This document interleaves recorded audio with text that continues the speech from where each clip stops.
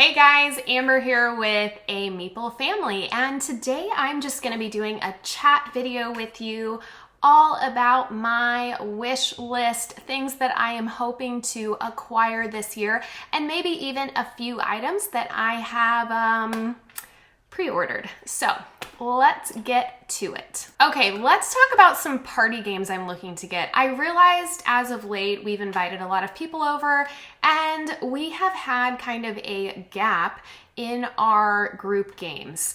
We have a few, but I would really like to get a few more. Typically when we have game nights, it's between 4 and 6 people.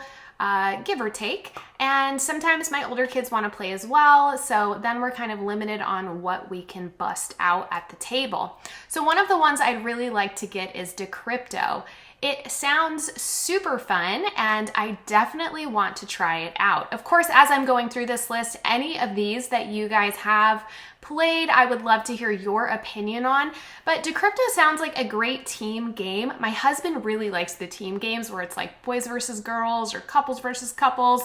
That seems like it will fit in really well. And basically you're giving clues, and the one team that's not currently giving clues is trying to decrypt what your special unique words are based on the clues you're giving. So it just sounds really unique and fun and a little bit thinky. The next one I'd really like to try in the same genre or category is Dixit. This sounds really easy and really fun, and it sounds a lot like Apples to Apples, which has always been just an easy game to get on the table. We don't own that one, but the times I've played it, it's just easy and user-friendly.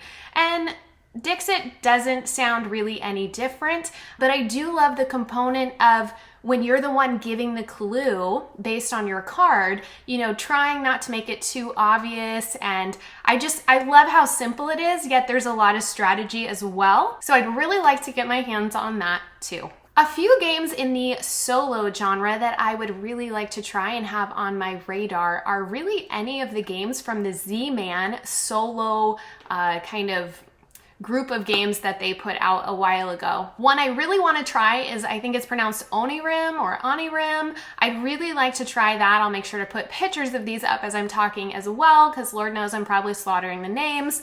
But that is one I really have on my radar. Another solo game I'm really wanting to try, one of two. I mean, I'd be fine with either of these, but Hadrian's Wall as well as Three Sisters. And I've watched enough reviews on those to know that they're pretty similar. Three Sisters sounds just a little bit lighter than Hadrian's Wall. But these are ones I know that I could probably do solo, as you can with most roll and writes or flip and writes.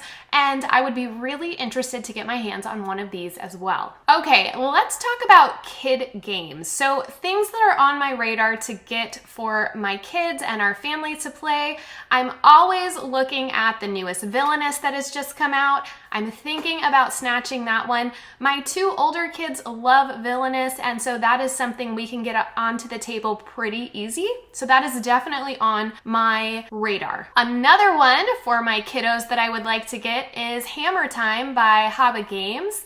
I have had a hard time tracking that one down, but I know that my preschooler, kindergartner would really enjoy that game. And I'm also looking at Zombie Teens Evolution. We never actually played the Zombie Kids Evolution, but that is another one or the other, that I would love to get my hands on and get to our table sooner than later. A couple other lighthearted games that I would love to get in our collection. I would love to try New York Zoo. I have been really hesitant and almost bought that a couple times because it seems very fiddly, like you are moving your little meeples on these little tiny squares. And my concern is that we've got 2 dogs and 4 kids, and the chances of our table getting bumped or shaken or moved is high, very high in our family. So the frustration level of knowing I have built my perfect meeple exhibit and the dog coming over or a kid coming over and just knocking my meeples over seems really stressful. So that has really kept me from moving forward with New York Zoo, but it is still something I am really, really hopeful that we can try sooner than later. Another one I would really like to try is a 2-player game called Shotten Totten, and I am trying to bid on this currently at an auction, so we will see if I win it or not. I don't know, but I figured why not? It was used and we'll see what happens. But this sounds like a really fun card game, and y'all know I love me some card games. I would also love to get my hands on Sushi Go Party. That is another one that I know would be really great to get out in a group setting, as well as my kids and our family would just love to play that. And another one, Buried Treasure. This one has such a fun theme. I love it, and I know my kids would love it. So we will definitely be keeping our eyes out for Buried Treasure. A few other ones I would love is Silver and Gold, Gentle Rain, and Barren Park. I have not gotten a chance to play Barren Park. My brother, who is a huge gamer, has really recommended Barren Park to me several times, especially when I was talking to him about getting New York Zoo. He was like, you gotta try Barren Park, because I was expressing my concerns with New York Zoo, and he highly recommended that one. So that is definitely on my radar as well. Okay, let's talk about a few games that I have on pre-order. We have Wonderland's War. This looks like an amazing play, and the theme is right up our alley. We also have ordered Camel Up, which is tied to Wonderland's War, so until that one ships, I won't get Camel Up. But Camel Up is a racing betting game that looks like loads of fun. We will have Honey Buzz coming. I'm super excited to get my hands on this adorable worker placement, tile laying game. It looks like so much fun, and again, the theme is like right up my alley.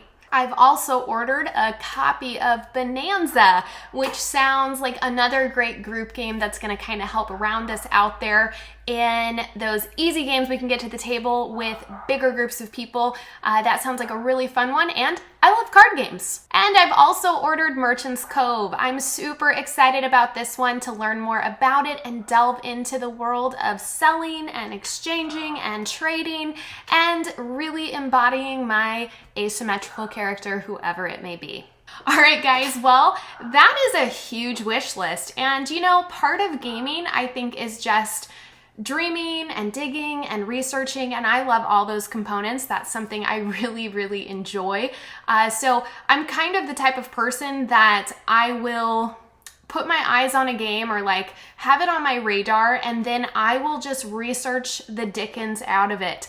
I will watch YouTube videos, and I enjoy that process. So, you know, that's probably why my list is always like ebbing and flowing based on, oh, well, I didn't quite realize, like New York Zoo, if I would have just been trigger happy and bought that right away, I may not have thought through all the components of how that game may not be as enjoyable given our family dynamic and living situation. The chances are really high that meeples are gonna get knocked over, animals are gonna be on the ground, and it could just get a little hairy. But neither here nor there. I hope you guys enjoyed my wish list. I would love to hear what games you are dying to get your hands on or have your radar on. Please comment below. Be sure to like this video and subscribe. There's a winding road, no telling where it goes.